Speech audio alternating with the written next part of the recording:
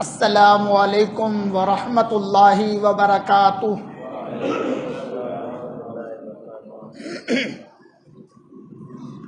الحمد للہ نحمده ونستعینه ونستغفره ونؤمن به ونتوکل علیہ ونعوذ باللہ من انفسنا ومن سیئات اعمالنا، من يهده الله فلا مضل له ومن يضلله فلا هادي له، ونشهد أن لا إله إلا الله وحده لا شريك له،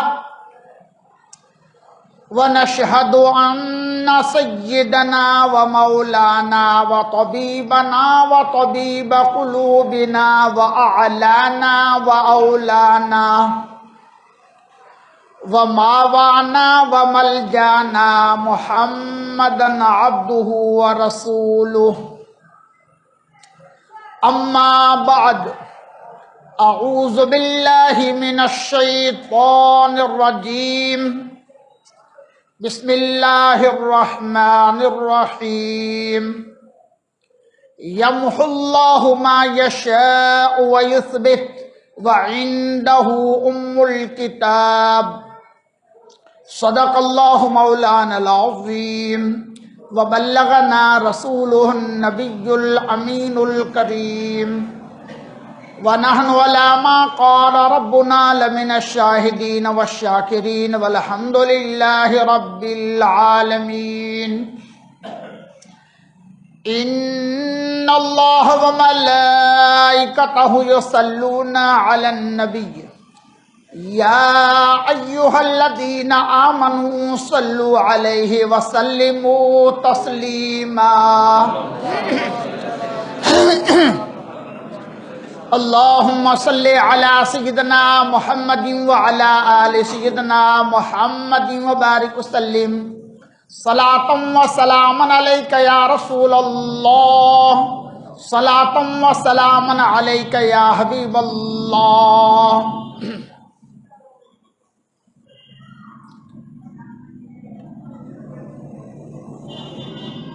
حکم نافذ ہے تیرا، خامہ تیرا سیف تیری، حکم نافذ ہے تیرا، خامہ تیرا سیف تیری، دم میں جو چاہے کرے دور ہے شاہ تیرا، دم میں جو چاہے کرے دور ہے شاہ تیرا، میری قسمت جو بری ہو تو بھلی کر دینا، میری قسمت جو بری ہو تو بھلی کر دینا، محو اس بات کے دفتر پہ کروڑا تیرا، محو اس بات کے دفتر پہ کروڑا تیرا، تیری سرکار میں لاتا ہے رضا اس کو شفیع جو میرا غوث ہے اور لاڈلا بیٹا تیرا۔ محترم بزرگوں، نوجوان دوستو،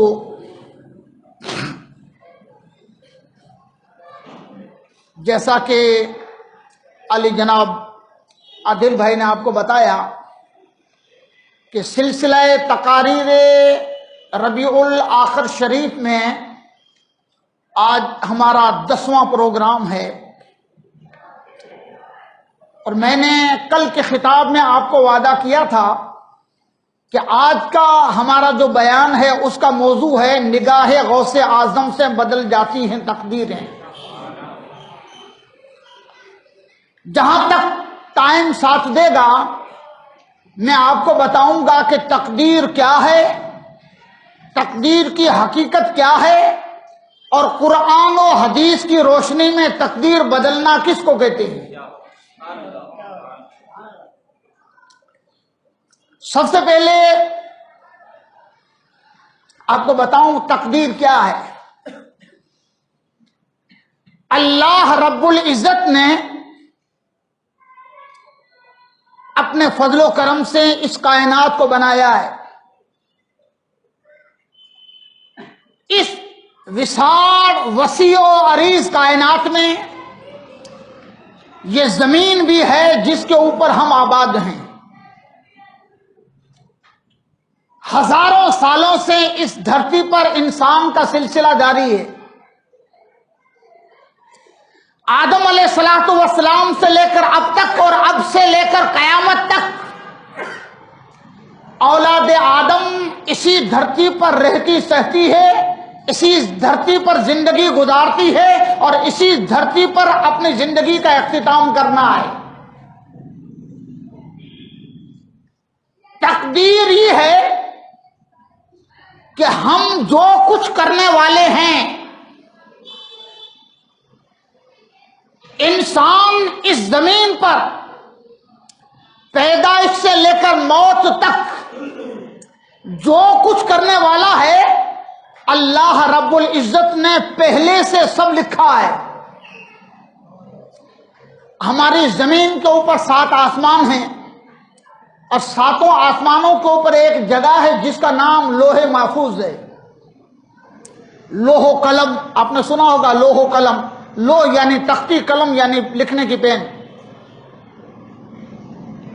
تو یہ لوح محفوظ اتنی بڑی تختی ہے، اتنی بڑی تختی ہے کہ آدم علیہ الصلوۃ والسلام سے لے کر قیامت تک دھرتی پر جتنے انسان آئیں گے، کب پیدا ہوں گے، کب موت آئے گی، کیا عمل کریں گے، کتنا کھائیں گے، کتنا پیئیں گے، اولاد کیسی ہوگی، زندگی کیسے گزاریں گے، عمل کیسا ہوگا، یہ ساری باتیں اللہ نے آدم علیہ السلام کو پیدا فرمانے سے پہلے وہاں لکھ دی. آدم علیہ السلام بعد میں بنے، اللہ نے بعد میں ان کو بنایا. اس سے پہلے اولاد آدم کی تقدیریں اللہ نے لوح محفوظ پر لکھ کے رکھی ہیں. اب اسی کو تقدیر کہتے ہیں، اسی کو مقدر کہتے ہیں، اسی کو نصیب کہتے ہیں، جس کے بارے میں ہماری دیسی بھاشا میں نہیں کہتے ہیں کہ نصیب میں لکھا ہے اس کو کون مٹائے. یہی تقدیر ہے، یہی مقدر ہے، یہی نصیب ہے. لیکن جو بات بتانی ہے وہ یہ ہے کہ اللہ نے لکھا، اب اس میں تبدیلی ہو سکتی ہے کہ نہیں. لکھا اللہ نے. قرآن مجید سورہ رعد آیت نمبر 39 اللہ تعالیٰ فرماتا ہے یمحو اللہ ما یشاء ویثبت. اللہ جسے چاہے اسے مٹا دے اور اللہ جسے چاہے اسے باقی رکھے. آپ کو معلوم ہوگا تو 15ویں شعبان کو جو دعائیں پڑھی جاتی ہے نا، دعائے نصف شعبان، اس میں دعا میں یہ آیت آتی ہے. اللہ کی شان ہے، وہ فرماتا ہے کہ اللہ جسے چاہے اسے مٹا دے، اللہ جسے چاہے اسے باقی رکھے. وَعِندَهُ عِلْمُ الْكِتَابِ، اور اللہ کے پاس لوح محفوظ کی تختی ہے. اور بھی کئی ترجمے ہیں لیکن محتاط ترجمہ جو میری مطالعے میں وہ میں کر رہا ہوں. اللہ تعالیٰ فرماتا ہے کہ لکھی ہوئی تقدیر کو اللہ چاہے تو مٹا دے اور اللہ چاہے تو باقی رکھے. اور لوح محفوظ کی تختی اللہ فرماتا ہے کہ اس کے دست قدرت میں ہے. اب اس کا معنی یہ ہے کہ ہمارے مقدر میں اللہ پاک نے لکھا ہے، اللہ نے ہماری تقدیر لکھی ہے، لیکن وہ چاہے تو ہماری تقدیر کو بدل دے اور اگر چاہے تو ہمارے مقدر میں جو لکھا ہے اسے باقی رکھے. اب یہاں جو بات بتانے کی ہے وہ یہ ہے کہ تقدیر کتنی طرح کی ہوتی ہے. ہر تقدیر بدلے ایسا نہیں ہے. علماء نے لکھا ہے تقدیر کی 3 قسمیں ہیں. ایک ہے قضاء لازم، یعنی بندہ اچھا عمل کرے تو تقدیر بدل جائے، بندے کے اپنے عمل سے تقدیر بدل جائے، کسی اللہ والے کی دعا لگ جائے تو تقدیر بدل جائے، اسے قضاء لازم کہتے ہیں. اور قضاء مبرم وہ ہے کہ کبھی کسی حالت میں اللہ کا اٹل فیصلہ ہے وہ نہ بدلے. قضاء لازم بدل جائے، قضاء مبرم نہ بدلے، اور ایک ہے قضاء شبیہ مبرم، قضاء مبرم نہیں ہے لیکن قضاء مبرم جیسی تقدیر، یہ بیچ والی، اور یہ اس کو کہتے ہیں کہ ہر کس و ناقص کا مجال نہیں ہے کہ وہ بدل سکے۔ اللہ کے کوئی خاص بندے جنہیں خدا کے دربار میں مقام قرب نصیب ہو، اگر وہ چاہیں تو اس تقدیر کو بدل دیں، اور وہ بدلتے کیسے ہیں یہ آج کے خطاب میں آپ کو بتاؤں گا۔ بدلنے کا طریقہ کار کیا ہوتا ہے؟ تو تقدیر کی 3 قسمیں ہوئی، اور یہ بھی سن لیں کہ تقدیر ایسا نہیں ہے کہ خالی اللہ کے ولی کی دعا اور اس کی نگاہ سے بدلتی ہے، ایسا نہیں ہے، بلکہ اچھے عمل سے بھی تقدیر بدلتی ہے۔ آپ نے سنا ہوگا میرے آقا صلی اللہ علیہ وسلم فرماتی ہیں کہ الصدقہ تو ترد القضاء، صدقہ قضا کو ٹال دیتا ہے، صدقہ قضا کو، تقدیر کو بدل دیتا ہے، آنے والی مصیبت کو بدل دیتا ہے صدقہ۔ وَتُزِيدُ فِي الْعُمَرِ، اور صدقہ انسانی عمر میں اضافہ بھی کر دیتا ہے۔ ظاہر بات ہے کہ صدقے سے تقدیر بلا ٹل گئی، کہتے ہیں نا بلا کو صدقہ ٹالتا ہے، اس کا معنی یہ ہے کہ کسی کے مقدر میں بلا آفت تکلیف لکھی تھی، اللہ تبارک و تعالیٰ کی رضا کے لیے اس نے صدقہ کیا، اس کے اوپر جو تکلیف تھی وہ ہٹ گئی، معنی یہ ہے کہ اس کی تقدیر بدل گئی۔ تو تقدیر اس سے بھی بدل جاتی ہے، بلا اس سے بھی ٹل جاتی ہے۔ اور ایک بات بتاؤں، میرے آقا تاجدار کائنات صلی اللہ علیہ وسلم کی ایک حدیث پاک ہے، جو شخص یہ چاہتا ہو کہ اللہ تعالیٰ اس کی روزی میں برکت عطا فرمائے اور اس کی عمر میں اضافہ ہو، 2 باتیں ہیں، روزی میں برکت، عمر میں اضافہ، میرے آقا فرماتے ہیں جو یہ شخص چاہتا ہو اسے چاہیے کہ اپنے رشتہ داروں کے ساتھ حسن سلوک کرے۔ یہ علاج بتایا مصطفیٰ کریم صلی اللہ علیہ وسلم نے۔ اور شاید میں نے ایک بار بتایا تھا کہ ایک شخص نے خواب دیکھا، خواب، اور اس خواب کی تعبیر حضرت محمد بن سیرین سے پوچھی۔ جہاں تک میری معلومات ہے اسلامی 1400 سال کی تاریخ میں خواب کی تعبیر میں 3 آدمیوں کا نام بہت اونچا ہے اسلام میں۔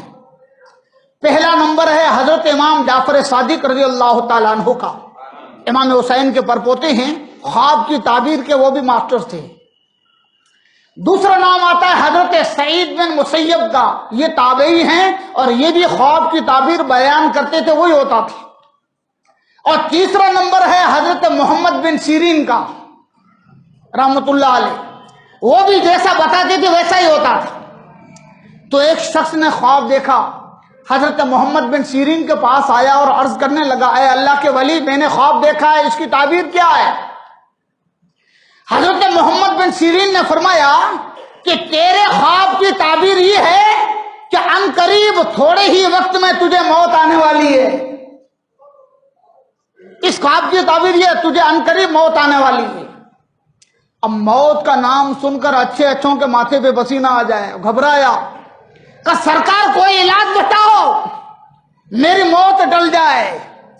حضرت محمد بن سیرین رحمت اللہ علیہ نے فرمایا کہ تیرے رشتہ داروں میں سے کوئی ایسا ہے جو تکلیف میں ہے، تیری مدد کا محتاج ہے، تیرے حسن سلوک کا سزاوار ہے، ایسا کوئی ہے؟ وہ کہتا ہے کہ ہاں، میری ایک خالہ ہے، بڑی دکھی ہے، میری اس سے بول چال نہیں ہے، میں اس کے پاس کبھی نہیں جاتا۔ فرمایا جاؤ اس کی مدد کر۔ یہ شخص اپنے خالہ کے پاس گیا، اس کی مدد کی، اس کی ضرورتیں پوری کی، اتنے دنوں تک اس سے قطع کلامی کی تھی، معافی مانگی، خالہ نے معاف کر دیا، مدد جو کی اسے قبول بھی فرما لیا۔ لکھا ہے کہ تھوڑے دنوں میں پھر ایک اور خواب اس شخص نے دیکھا، ایک اور خواب دیکھا۔ حضرت محمد بن سیرین کے پاس آئے، پوچھا اب میں نے یہ خواب دیکھا، اس کی تعبیر کیا ہے؟ کہا تیرے اس خواب کی تعبیر یہ ہے کہ تیری زندگی کے کئی سال ابھی باقی ہیں۔ بات میری سمجھ میں آئی؟ اب تو نے جو خواب دیکھا ہے اس کی تعبیر یہ ہے کہ تیری زندگی کے کئی سال باقی ہیں۔ لوگوں نے پوچھا سرکار یہ علاج آپ کو کہاں سے ملا ہے؟ فرمایا تاجدار کائنات صلی اللہ علیہ وسلم فرماتے ہیں جو شخص یہ چاہتا ہو اللہ تعالیٰ اس کی روزی میں برکت دے اور اللہ اس کی عمر میں اضافہ کرے، اسے چاہیے کہ اپنے رشتہ داروں کے ساتھ حسن سلوک کرے۔ اب اس نے حسن سلوک کیا، اللہ تبارک و تعالیٰ نے اس کی عمر میں اور اضافہ فرما دیا۔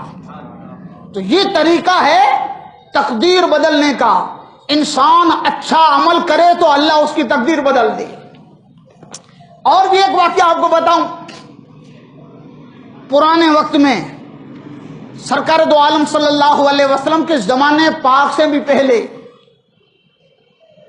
اپنے وقت کے پیغمبر نے ایک شخص کو بلایا، نبی تھے، ایک شخص کو دعوت دی، بلایا۔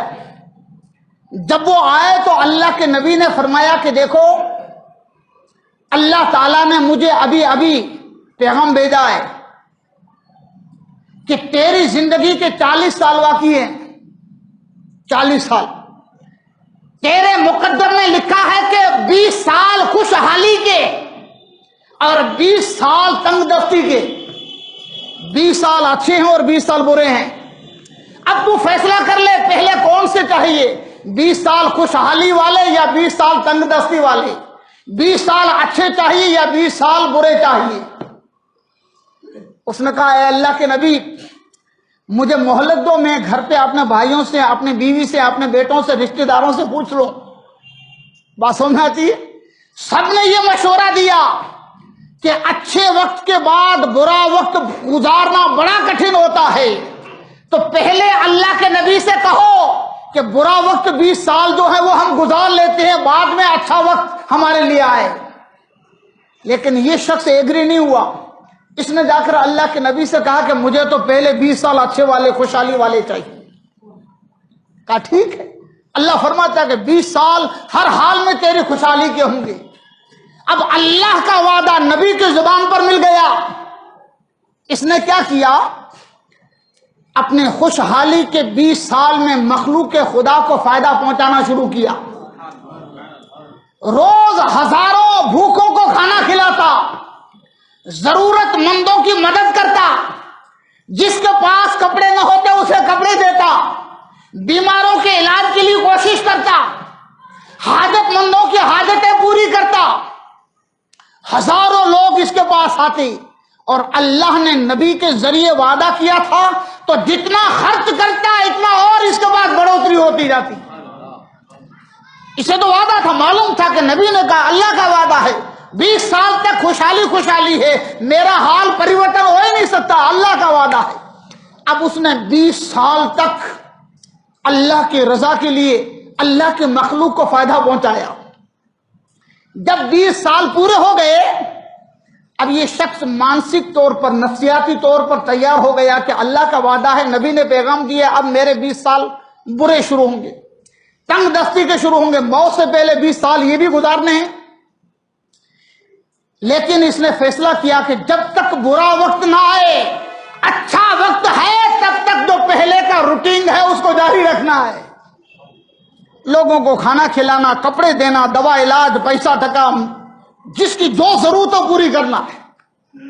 ایک دن گزرا، خرچ میں کمی نہ کی، آنے میں بھی کمی نہیں ہوئی۔ دوسرے دن خرچ کرتا گیا، پیسے آتے گئے۔ ایک مہینہ گزر گیا، کچھ فرق نہ پڑا۔ اس طرح سے اللہ کی راہ میں خیرات کر رہا ہے اور اللہ دے رہا ہے۔ 4 مہینے گزر گئے، 4 مہینے تک آمدنی میں کوئی کمی واقع نہ ہوئی، اور یہ اللہ کا بندہ مخلوق کے خدا کو دیتا گیا۔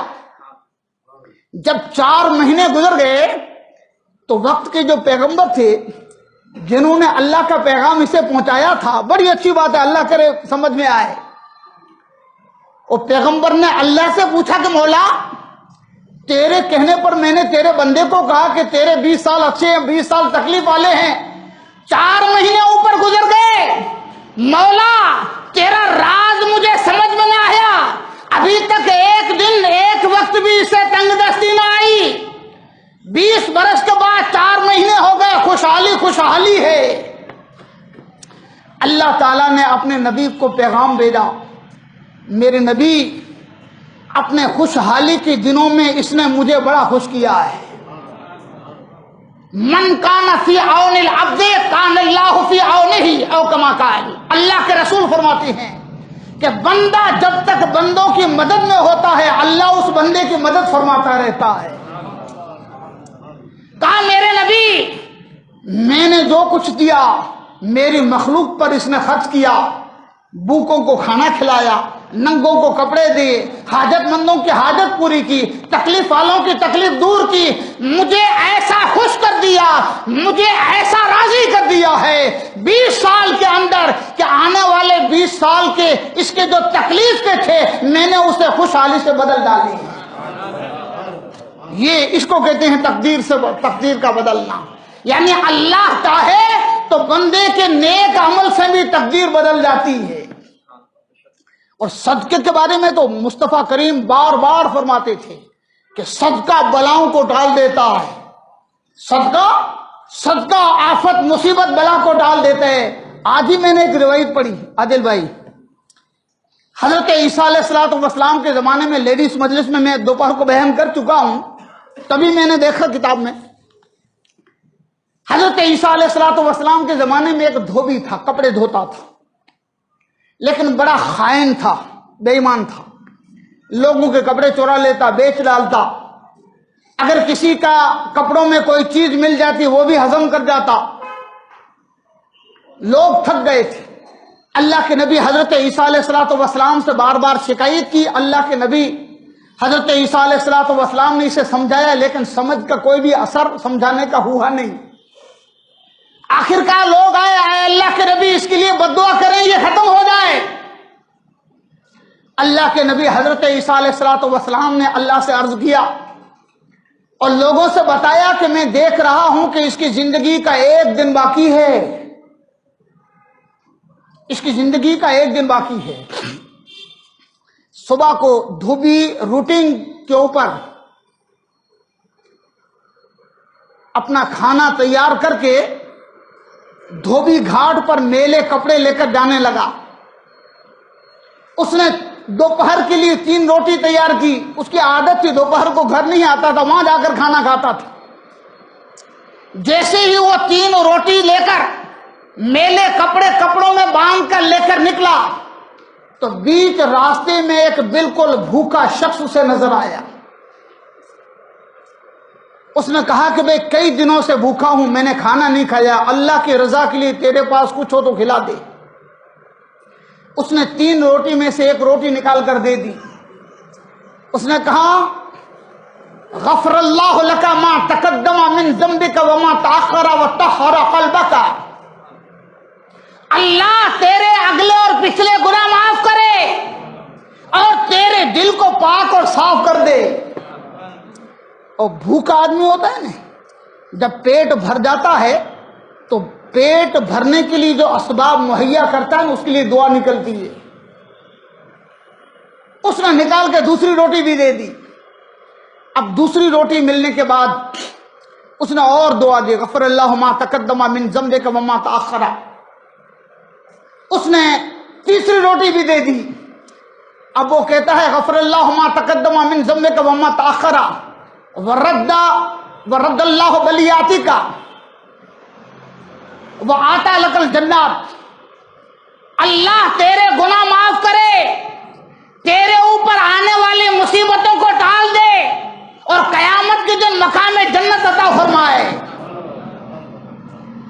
یہ شخص تو چلا گیا، دعا دے کر چلا گیا۔ یہ دھوبی ندی پر آیا، کپڑے دھوئے اور شام کو کپڑوں کی گٹھڑی باندھ کر گھر آیا۔ اللہ کے نبی حضرت عیسیٰ علیہ السلام نے بتا دیا تھا کہ زندگی کا آخری دن ہے، سب تو امید لے کر بیٹھے تھے کہ یہ واپس نہیں آئے گا، اور شام ہوئی تو کپڑوں کی گٹھڑی باندھ کر واپس آ گیا۔ لوگ دوڑتے ہوئے حضرت عیسیٰ علیہ السلام کے پاس گئے، اے اللہ کے نبی راز کیا ہے سمجھ میں نہیں آیا، آپ نے تو بتایا تھا کہ اس کی زندگی کا آخری دن ہے، یہ تو واپس آ گیا۔ حضرت عیسیٰ علیہ السلام نے اسے بلایا اور پوچھا آج کے پورے دن کی کہانی بتا۔ کہا سرکار دوپہر کو ہمیشہ میں ندی پر جا کر کھانا کھاتا ہوں، میں صبح دوپہر کو کھانے کے لیے صبح کو 3 روٹی لے کر نکلا، ایک حاجت مند بھوکے نے سوال کیا، میں نے ایک ایک کر کے 3 روٹی دے دی، اس نے میرے لیے دعا مانگی، اللہ تبارک و تعالیٰ کی رضا کے خاطر میں نے 3 روٹیاں اسے دے دی۔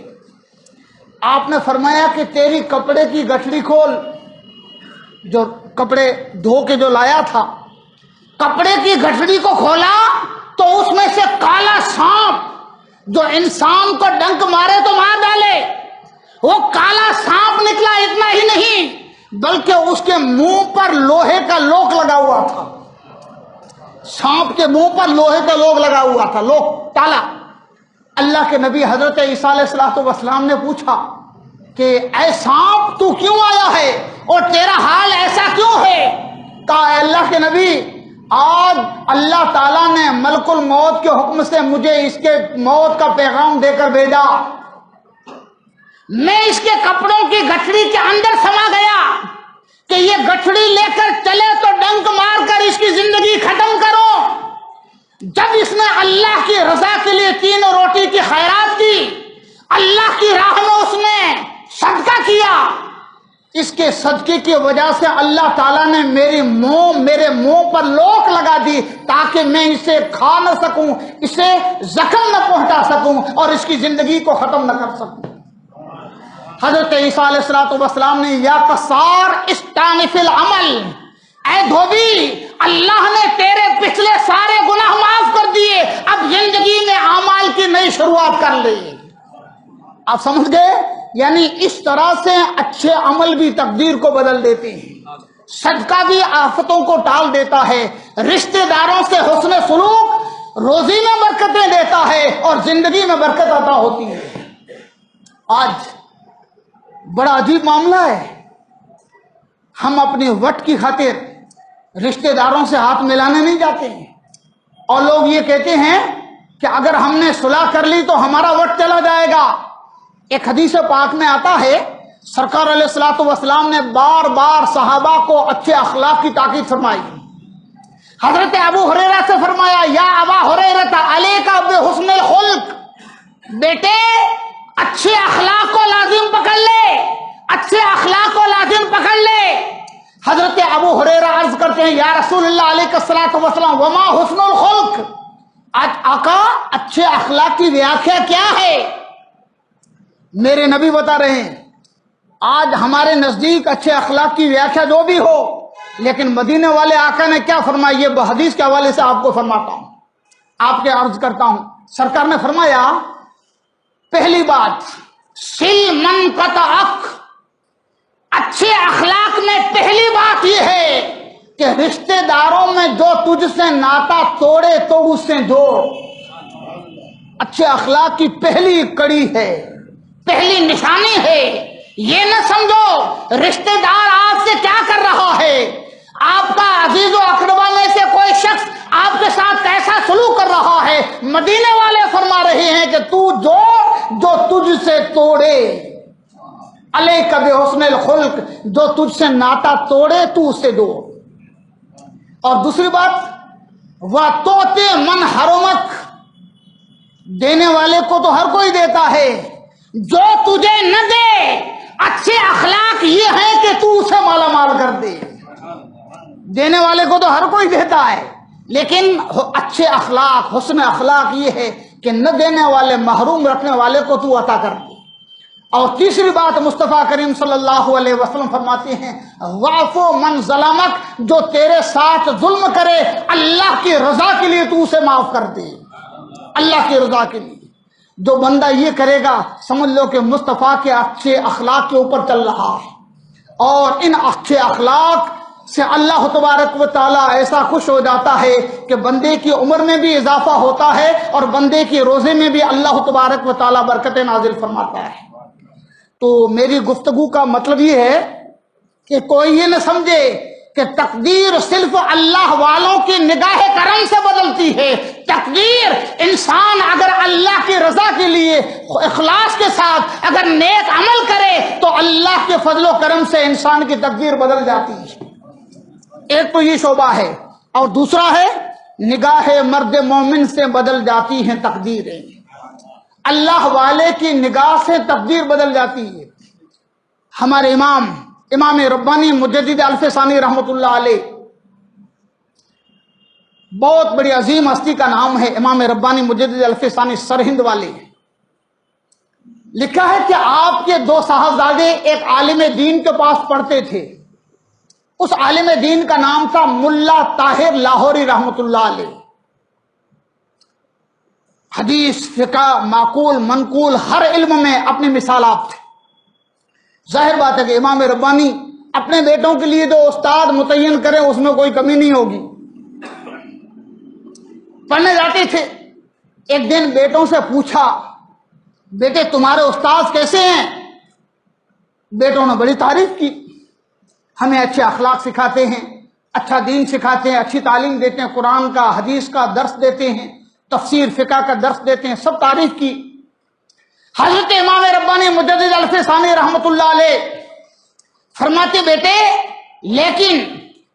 لیکن میں دیکھ رہا ہوں کہ اس کی پیشانی پر شقی لکھا ہوا ہے. شقی یعنی یہ آدمی بد نصیب ہے، بد نصیب ہے.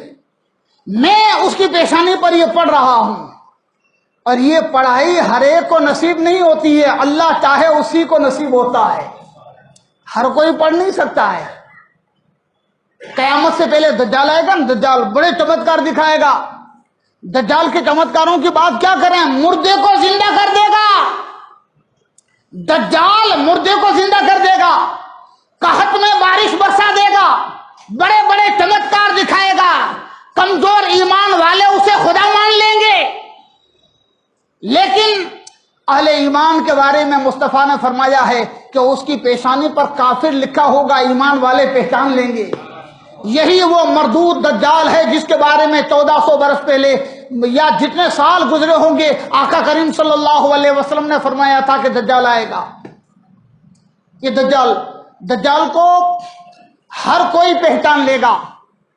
ایسا وقت ہوگا، اس لیے کہ اس کی پیشانی پر لکھا ہوگا. انسان ایمان والے پڑھ لیں گے، کافر نہیں پڑھ پائیں گے، بے ایمان منافق نہیں پڑھ پائیں گے. اب حضرت امام ربانی نے پڑھ لیا، بیٹوں کو کہا. اب بیٹے امام ربانی کے بیٹے تھے.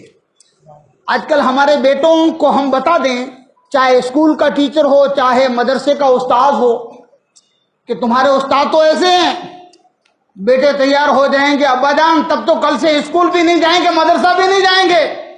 آپ نے بہت اچھا فرمایا ہے، آپ نے صحیح پہچان لیا، اب ہم اس کے پاس نہیں جائیں گے. لیکن مجدد الف ثانی کے بیٹوں نے ہاتھ دوڑ کر عرض کیا، سرکار آپ تو اللہ والے ہیں، آپ کی دعا اللہ کی بارگاہ میں سنی جاتی ہے، مولا کی بارگاہ میں دعا کریں، اللہ تعالیٰ اس کی شقاوت کو سعادت سے یعنی بد نصیبی کو اچھے نصیب سے بدل دے. حضرت امام ربانی نے جب صاحبزادوں کی یہ بات سنی تو اللہ کی بارگاہ میں ہاتھ اٹھائے، مولا تیری بارگاہ میں احمد سرہنگی سرکار غوث پاک کا وسیلہ پیش کرتا ہے، جس عبد القادر جیلانی نے فرمایا تھا کہ میں قضائے مبرم کو ٹال دیتا ہوں، میرے پروردگار اس عبد القادر جیلانی کا صدقہ تیرے اس بندے کی پیشانی پر جو شقاوت لکھی ہوئی ہے، مولا اسے سعید بنا دے، مولا اسے نیک بخت بنا دے، مولا اسے اچھا بنا دے. تیری شان ہے یمحو اللہ ما یشاء و یثبت. بس اتنی دعا کا کرنا تھا. اللہ تبارک و تعالیٰ نے حضرت ملا طاہر لاہوری رحمۃ اللہ علیہ کو وقت کا عظیم امام بنا دیا.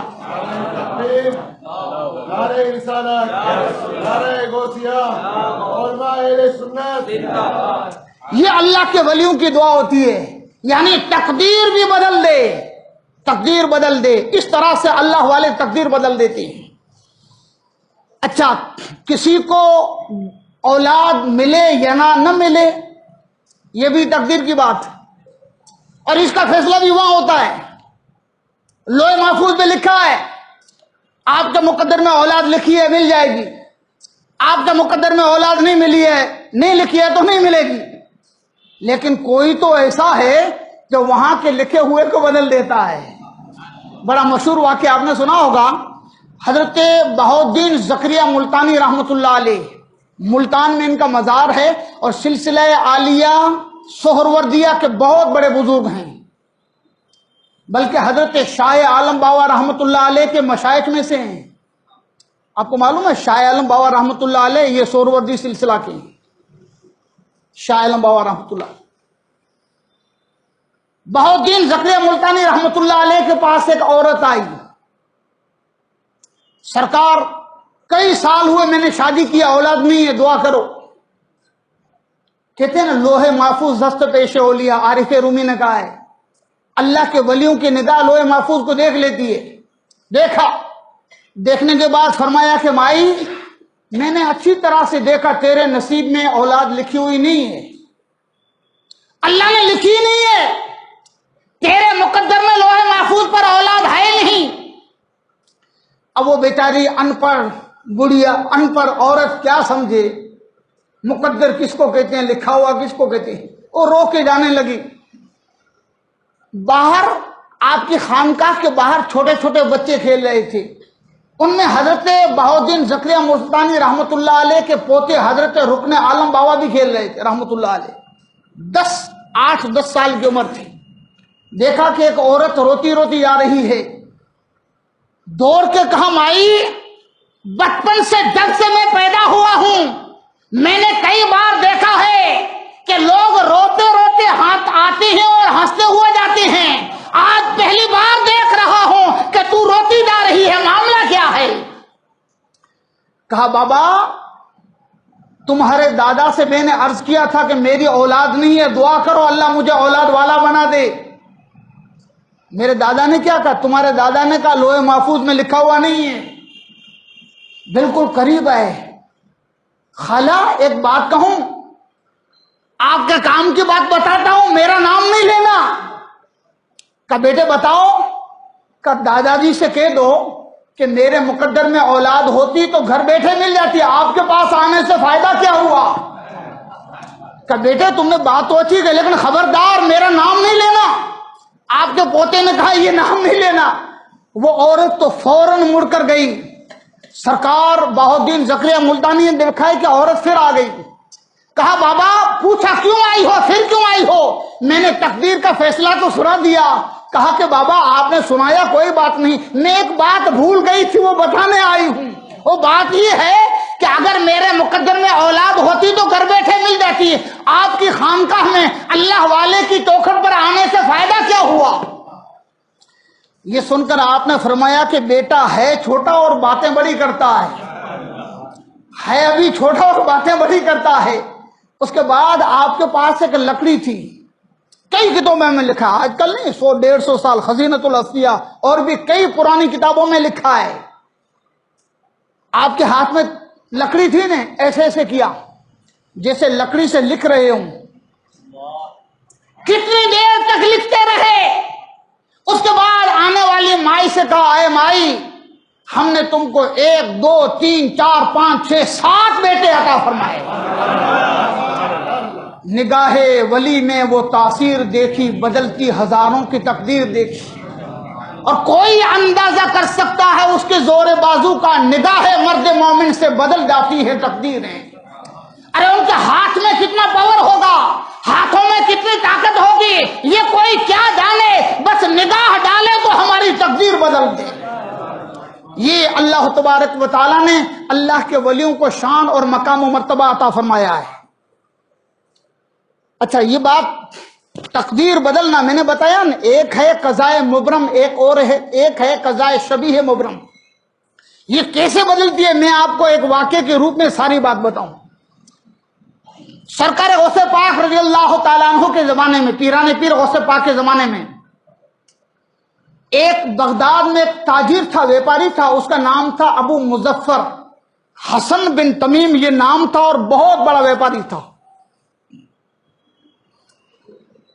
وہ اس زمانے میں بزنس کیسے ہوتا تھا میں آپ کو بتاؤں۔ مکہ، مدینہ، شام، عراق، بغداد، یہ سب ویپار تجارت کی سسٹم یہ تھی کہ اپنے ملک کی چیز خرید کر کے لوگ باہر لے جاتے تھے، اونٹ پر، زیادہ تر اونٹوں پر، گھوڑے کھچر گدھے پر چیز لے کر لے جاتے تھے، وہاں بیچتے، اور وہاں سے جو چیز ہمارے ملک میں ضرورت کی ہوتی، ہمارے ملک میں پیدا نہ ہوتی، وہ یہاں لاتے تھے۔ آج آپ کو پتا ہو ہمارے کچھ میں جو جہاز چلتے ہیں نا، جہاز، یہ ہندوستان کی پیاز، بکرے، یہ سب عرب میں لے جاتے ہیں، اور وہاں کی کھجوریں یہاں لے آتے ہیں، یہاں کی چیز وہاں اور وہاں کی چیز یہاں۔ یہ سسٹم تھی تجارت کی تب بھی 800 برس پہلے۔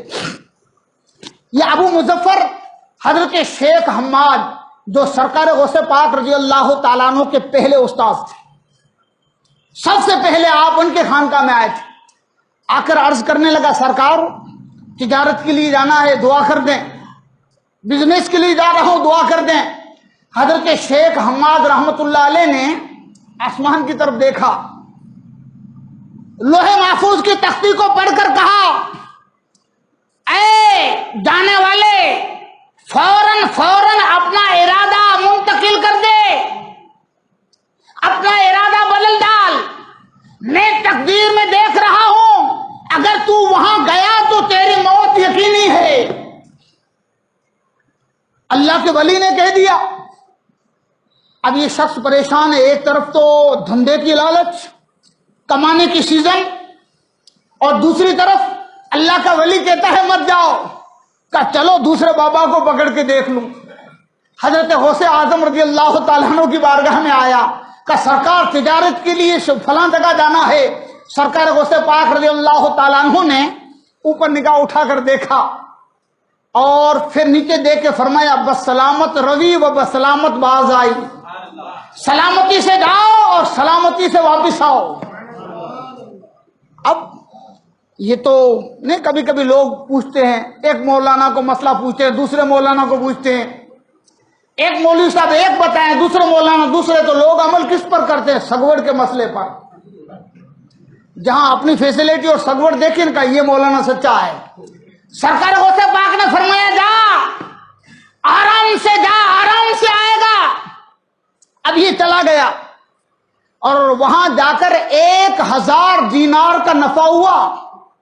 1000 دینار، یعنی میں نے آپ کو بتایا تھا، یاد ہو، 1 دینار 4.5 گرام سونے کا ہوتا ہے، یعنی 4.5 کلو سونا۔ آج کل کے حساب سے کروڑ کے اوپر ہوتی ہے مل کر۔ 4.5 کلو سونا، چاندی، سونے کے سکے، اتنا نفع ہوا۔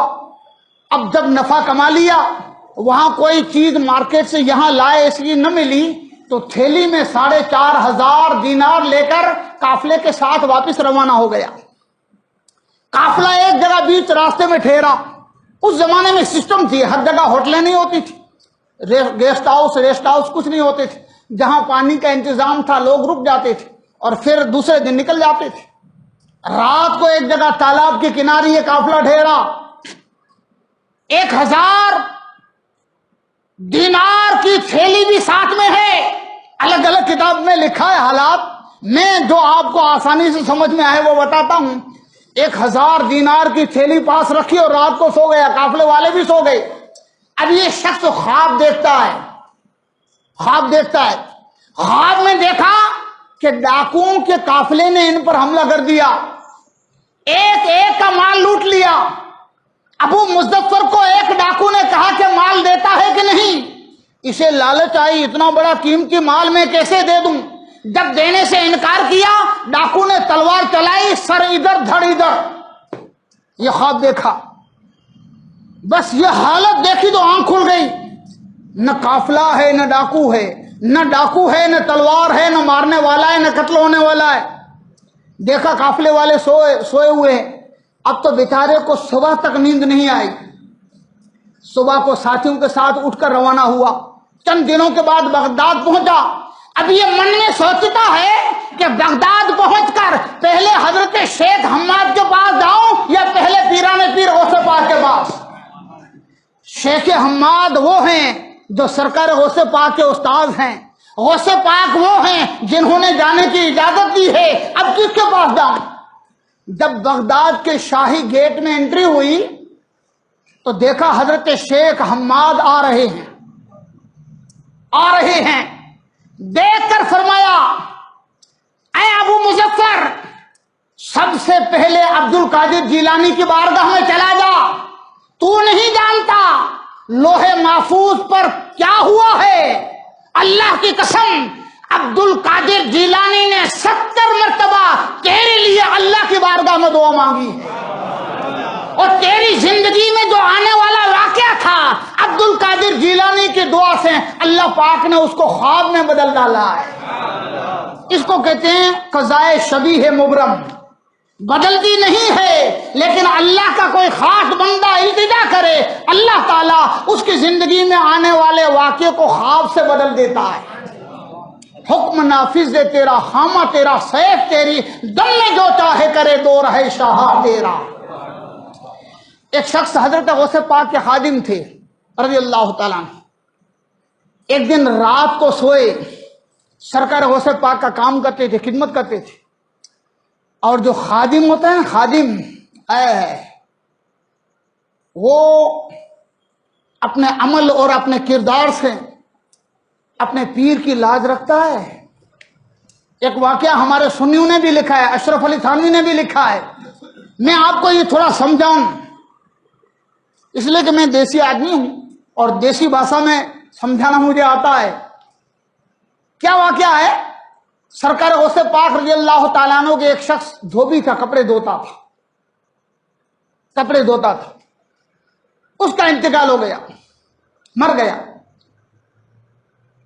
قبر میں دفن کیا گیا، فرشتے آئے، مر ربو کا، بتا تیرا رب کون ہے؟ اس نے کہا کہ میں غوث پاک کا دھوبی ہوں۔ پہلے سوال کا جواب نہیں دیا۔ ما دینوں کا، تیرا دین کون سا ہے؟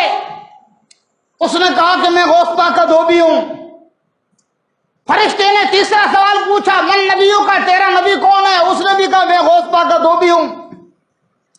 یہاں کتنے علماء یہ بیان کرتے ہیں، میں یہ نہیں کہتا غلط بولتے ہیں، ان کو سمجھانے کی یہ ترکیب آنی چاہیے، خاص کر کے سنی مسلمان بھائیوں کو۔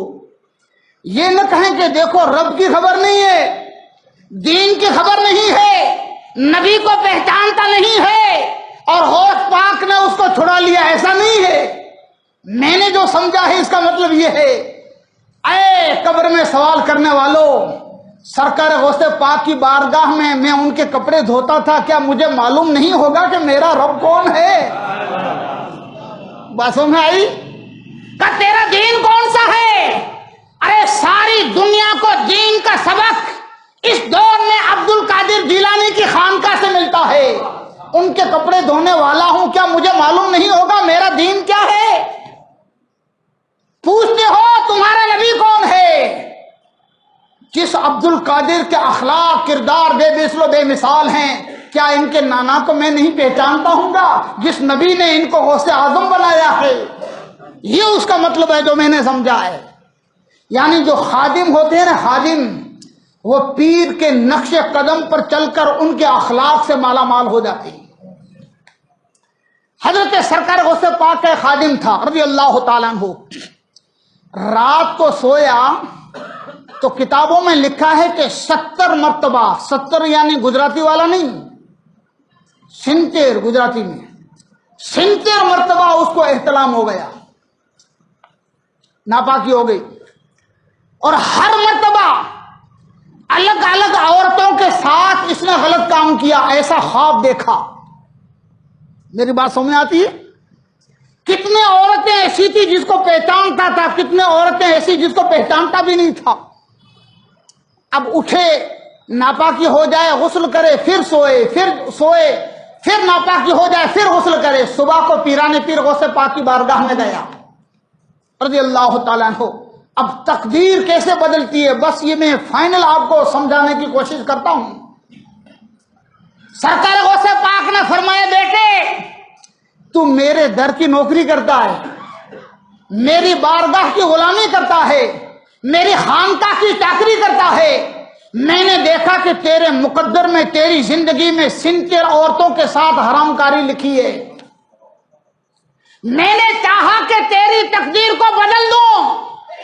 آواز آئی عبد القادر، اس کی تقدیر میں جو زنا خوری لکھی ہے یہ قضائے مبرم ہے. میں نے اللہ کی بارگاہ میں دعا مانگی، رب کریم نے مجھے ایسا نوازا کہ تیری زندگی میں جو کچھ بننے والا تھا اللہ نے اسے خواب سے بدل ڈالا، تاکہ تو میرا خادم بھی رہے، تیری زندگی میں ہونے والا واقعہ بھی گزر جائے اور اللہ کی عطا کے صدقے میں تو گنہگار بھی نہ ٹھہرے. اس طرح اللہ کے ولی پیران پیر غوث پاک رضی اللہ تعالیٰ عنہ تقدیر بدل دیتے ہیں. اور تقدیر بدلنے کی بات ہے تو مجھے اگر کوئی پوچھے کہ بھئی تقدیر بدلنے کی پراکاشٹا کیا ہے، تقدیر بدلنے کی انتہا کیا ہے، تو میری سمجھ تو چھوٹی ہے، میں یہ کہوں گا کہ کوئی اگر مر جائے اسے نئی زندگی ملے تو سمجھ لینا تقدیر بدلنے کی پراکاشٹا آ گئی ہے. سرکار غوث پاک رضی اللہ تعالیٰ عنہ نے اپنی زندگی میں نہ جانے کتنے مردہ دلوں کو نئی زندگی عطا فرمائی، اسی طرح کتنے مردوں کو بھی آپ نے زندہ کیا ہے. ایک واقعہ جو مشہور ہے نا، 12 سال پرانی کشتی کو آپ نے تیرائی. اعلی حضرت سے سوال ہوا ہے رضی اللہ تعالیٰ عنہ، آپ نے اس کا جواب دیا ہے، اگر جو اہل علم ہیں وہ پڑھ سکتے ہیں، لیکن اس کا رزلٹ یہ ہے جو اعلی حضرت نے لکھا ہے کہ میں نے کسی کتاب میں نہیں پڑھا ہے، پرانی کتاب میں، لیکن اس طرح کے واقعات بزرگوں سے سنے جاتے ہیں اور اس میں کوئی ایسی چیز نہیں ہے کہ اس کا انکار کیا جائے. اعلی حضرت نے یہ لکھا ہے. اب سنیں، مفتی احمد یار خان صاحب قبلہ علیہ الرحمت والرضوان، اتنے بڑے عالم، میرے دادا استاذ ہیں، میرے استاذ کے استاذ کے استاذ مفتی احمد یار خان صاحب قبلہ. اور دھورا جی والوں کو معلوم ہوگا کہ حضرت مفتی احمد میاں صاحب مفتی سوراشٹر، ان کے استاذ ہیں مفتی احمد یار خان، اور آج سے 60 سال پہلے دورا جی میں وہ پڑھا چکے ہیں مسکینیہ مدرسہ میں. بہت عالم دین، بہت بڑے محقق دورا جی میں تھے، اس کے بعد یو پی چلے گئے اور اس کے بعد پاکستان چلے گئے، اور پاکستان میں جا کر پنجاب میں، گجرات میں وہ رہے تھے. گجرات پاکستان کا ایک شہر ہے، ہمارا اسٹیٹ ہے، پاکستان میں ایک سٹی ہے گجرات. اب گجرات میں وہ رہے تھے، اس لیے اس پورے واقعے کی حقیقت انہیں جو معلوم ہے وہ دوسروں کو نہیں ہے. میری بات سمجھ میں آتی ہے؟ اس لیے کہ اس واقعے کا ٹچ گجرات سے ہے، پاکستان کے گجرات سے. مفتی احمد یار خان صاحب قبلہ نے تفسیر نعیمی میں یہ پورا واقعہ بیان کیا ہے. سرکار غوث پاک رضی اللہ تعالیٰ عنہ ایک مرتبہ دریائے دجلہ کے کنارے تشریف لے گئے. پیران پیر غوث پاک رضی اللہ تعالیٰ عنہ، آپ نے دیکھا کہ ایک عورت، بوڑھی عورت دریا کے کنارے بیٹھی ہے. سرکار غوث پاک رضی اللہ تعالیٰ عنہ اپنے خادموں سے پوچھتے ہیں، یہ عورت اکیلی جنگل میں بیٹھی ہے، راز کیا ہے؟ لوگوں نے، آپ کے خادموں نے عرض کیا، سرکار ماں ہوتی ہے. 12 سال پہلے اس کا بیٹا دلہن کو لے کر بارات کے ساتھ آ رہا تھا، اسی دریا میں اس کی کشتی ڈوب گئی ہے. بیچاری صبح سے لے کر شام تک یہاں بیٹھتی ہے، میرے بیٹے کی بارات آئے گی، میرے بیٹا بارات لائے گا. بس شام ہو جاتی ہے، مایوس گھر چلی جاتی ہے، پھر صبح کو آتی ہے. 12 سال ہو گئے، اب تک اسے امید نہیں چھوٹی اور اپنے بیٹے کا انتظار کر کے پورا دن بیٹھی رہتی. سرکار غوث پاک رضی اللہ تعالیٰ عنہ اس عورت کے پاس گئے. اس زمانے میں عورتیں جو پیری مریدی میں عورتیں جو بیعت کرتی تھی وہ پیر کے سامنے نہیں آتی تھی، وہ پہچانتی نہیں تھی غوث پاک رضی اللہ تعالیٰ عنہ کو. سرکار غوث پاک اس عورت کے پاس گئے، کہا مائی جنگل میں شام کے وقت تم بیٹھی ہو، بات کیا ہے؟ کہا بابا 12 سال پہلے اس دریا نے میرا بیٹا لے لیا ہے، میں نے فیصلہ کیا ہے یا تو اپنا بیٹا لے کے رہوں گی یا تو میں بھی اسی دریا کے کنارے بیٹھی بیٹھی مر جاؤں گی. سرکار غوث پاک نے پوچھا کہ مائی تجھے عقیدت یعنی تو مرید کس کی ہے؟ پیران پیر غوث پاک نے پوچھا. کبھی کبھی اللہ والے امتحان بھی لیتے ہیں.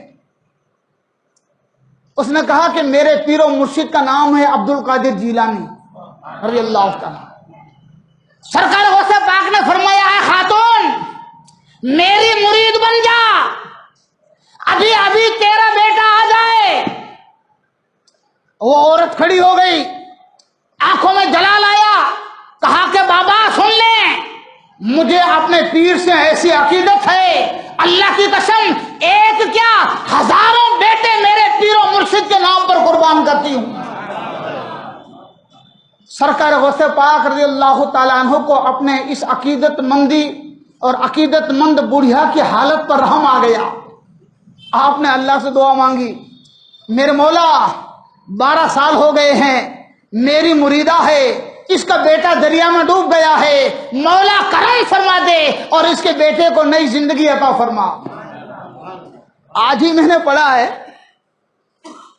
سرکار غوث پاک نے ہاتھ اٹھائے، کچھ دیر ہو گئی کشتی کنارے پر نہیں آئی، نگاہ غوث اعظم دریا کی طرف ہیں، کشتی کا انتظار ہے۔ جب زیادہ دیر لگی سرکار غوث پاک پریشان ہوئے، آواز آئی عبد القادر ہم اگر چاہیں تو ایک دن میں پوری کائنات بنا دیں، لیکن ہم نے آسمان اور زمین کو پیدا کرنے میں 6 دن لگائے تھے تاکہ دنیا والوں کو پتا چلے کہ کتنے وسعت کائنات اللہ نے بنائی ہے۔ 12 سال کی اس پرانی کشتی کے پرزے الگ ہو گئے، انسانوں کی بوٹی بوٹی سمندری جانور کھا گئے، ہڈیاں بکھر گئیں، سب جمع ہو رہا ہے۔ تھوڑی دیر کے بعد پیران پیر غوث اعظم نے ملاحظہ فرمایا، عقیدت مند ساتھیوں نے دیکھا کہ کشتی دریا کے کنارے کی طرف آ رہی ہے۔ 12 سال پرانی ڈوبی ہوئی کشتی سرکار غوث پاک نے کنارے لگائی۔ ماں نے دیکھا بیٹا آ گیا، ماں نے دیکھا کہ 12 سال کے بعد بیٹا نئی زندگی لے کر آیا ہے۔ سرکار غوث پاک سے عرض کرنے لگی، میرے آقا میرے سرکار، یہ بیٹا میرا تھا، کب کا مر چکا تھا، اب اسے نئی زندگی ملی ہے اور میں اپنا بیٹا سرکار آپ کے حوالے کرتی ہوں، اب یہ میرا بیٹا نہیں ہے آپ کا بیٹا ہے۔ سرکار غوث پاک رضی اللہ تعالیٰ عنہ نے، اسے نام تھا سید کبیر الدین، لقب ہے دریائے دولا، آپ نے اس کو اپنا خلیفہ اپنا مرید بنایا سرکار غوث پاک نے، اور اپنے ہاں پانی کے لیے وضو کے لیے پانی کا لوٹا بھرنے کی ڈیوٹی عطا فرمائی۔ بس یہ لوٹا بھر دیتے، سرکار غوث پاک وضو کرتے تو حضرت سید کبیر الدین دریائے دولا رحمۃ اللہ علیہ سرکار غوث پاک کو لوٹا بھر دیتے۔ پانی جو دھون ہے نا، دھون قدموں کا دھون، یہ فقہی مسئلہ ہے کہ قدموں کا دھون مائع مستعمل ہوتا ہے لیکن حضور کے قدموں کا نہیں۔ اعلیٰ حضرت نے کیا خوب فرمایا ہے، جن کے قدموں کا دھون ہے آب حیات۔ آب حیات ایسا کنواں ہے جس کا پانی کسی کو مل جائے تو وہ قیامت تک کبھی مرے نہیں۔ جن کے قدموں کا دھون ہے آب حیات ہے وہ جانے مسیحا ہمارا نبی۔ مصطفیٰ کے قدموں کا دھون کسی کو نصیب ہو جائے تو اسے قیامت تک نئی زندگی نصیب ہو جائے، یہ مصطفیٰ کے قدموں کے دھون کا کمال ہے۔ سیدنا عبد القادر جیلانی اسی مصطفیٰ کریم کے نواسے ہیں۔ کیا ملا جانتے ہو؟ ایک مرتبہ نہ جانے سید کبیر الدین کو کیا سوجا، سرکار غوث پاک وضو فرما رہے ہیں، سرکار غوث پاک وضو فرما رہے ہیں، آپ قدم کو دھو رہے ہیں، سید کبیر الدین دریائے دولا آگے بڑھے اور ایک چلو لے کر آپ کے قدموں کے دھون کو پی لیا۔ دوسری بار ہاتھ پھیلائے، سرکار غوث پاک دھو رہے ہیں، پھر پی لیا۔ 5 مرتبہ 5 چلو بھر کر سرکار کبیر الدین دریائے دولا نے پی لیے۔ حضور غوث پاک نے منع نہیں کیا، اور مسئلہ بھی ہے اگر وضو موجود ہو اور وضو کیا جائے تو مائع مستعمل نہیں ہوتا ہے۔ اگر تقرب کی نیت سے نہ ہو. یہ فقہی مسئلہ ہے. بہرحال سرکار غوث پاک کے قدموں کے دھون کے 5 چلو 5 کھوبے سید کبیر الدین دریائے دولہ نے پی لی. آئے پیران پیر نے پوچھا بیٹے کتنے پیے؟ فرمایا سرکار 5. کہا 1 چلو کے بدلے میں ہم نے تم کو 100 سال کی زندگی عطا فرمائی. کہتے ہیں لوہے محفوظ میں ان کی عمر 90 سال لکھی ہوئی تھی. ہجری سن 1100 میں پاکستان کے گجرات میں انتقال ہوا اور 590 سال کی عمر اللہ تعالیٰ نے آپ کو عطا فرمائی. حکم نافذ ہے تیرا، خامہ تیرا، سیف تیری، دم میں جو چاہے کرے، دو رہے شاہ تیرا. یہ سیدنا سرکار غوث پاک رضی اللہ تعالیٰ عنہ کا کمال ہے، سب کچھ عطا فرما دیتی. اور آپ کا ایک قول یہ بھی ہے کہ میرا مرید بغیر توبہ کے مرے گا نہیں. اگر آپ کو کسی کے بارے میں فیصلہ کرنا ہے کہ یہ پیران پیر کا مرید ہے کہ نہیں، تو میری التجا ہے، میری سمجھ یہ ہے کہ دیکھنا موت سے پہلے اگر اس کی زندگی میں انقلاب آ گیا، اس نے اگر توبہ کر لی، نیکی کے راستے پر چلنے لگا، تو سمجھ لو کہ سیدنا غوث پاک کا پکا وفادار مرید ہے. مولانا الیاس قادری صاحب نے ایک بات لکھی ہے کتیانہ کی. کتیانہ میں پہلے زمانے میں میمن لوگ بہت رہتے تھے، کتیانہ بانٹوا دونوں میں. تب پرانے وقت کی بات ہے. ایک شخص سرکار غوث پاک کو بڑا چاہنے والا تھا، لیکن تھا دنیا دار. ہر سال کتیانہ جیسے بڑے گاؤں میں پیران پیر غوث پاک کی نیاز کرتا تھا، اور ہر سال پوربندر سے جہاز میں بیٹھ کر بغداد کی سرزمین پر جاتا تھا. آل رسول سادات کرام کی بڑی محنت مدد کرتا، ان کا ادب اور احترام کرتا. اچانک اسے موت آ گئی. اعلان ہو گیا کہ فلاں مر گیا، فلاں مر گیا، فلاں مر گیا. لوگ جمع ہوئے، غسل دیا گیا، کفن پہنایا گیا. ابھی تیاری تھی کہ جنازے میں ڈال کر قبر میں دفن کیا جائے کہ وہ اٹھ بیٹھا. لوگ بھاگے کہ جنات ہے کیا ہے، لوگ گھبرائے کیا ہو گیا. وہ اٹھ بیٹھا، ہاتھ اٹھا کر کہا میرے پروردگار، میں بغیر توبہ کے دنیا سے گیا تھا، لیکن میرے پیران پیر نے کہا ہے میرا مرید کوئی بھی بغیر توبہ کے نہیں جائے گا. مولا میں اس لیے زندہ ہوا ہوں کہ میں تیری بارگاہ میں توبہ کروں. مولا پیران پیر کے صدقے میں میرے سارے گناہوں کو معاف کر دے. اگر میرے مقدر میں زندگی ہے مولا مجھے اچھی زندگی عطا فرما، ایمانی زندگی اور اسلام پر موت نصیب فرما. اتنا کہا اور اس کے بدن سے روح نکل گئی. انا للہ و انا الیہ راجعون. اس طرح سرکار غوث پاک رضی اللہ تعالیٰ عنہ اپنے مریدوں اور اپنے عقیدت مندوں کو نوازتے ہیں، تقدیر بدل دیتے ہیں، اور کمال یہ ہے کہ ایمانی زندگی اور ایمان کی موت عطا فرماتی ہے. دوستان محترم، آج کا ٹائم پورا ہو گیا ہے. اللہ تبارک و تعالیٰ مجھے اور آپ سب کو پیران پیر دستگیر کے فیض و برکات سے مالا مال فرمائے. اور کل انشاءاللہ آخری کڑی ہے اس بیان کی.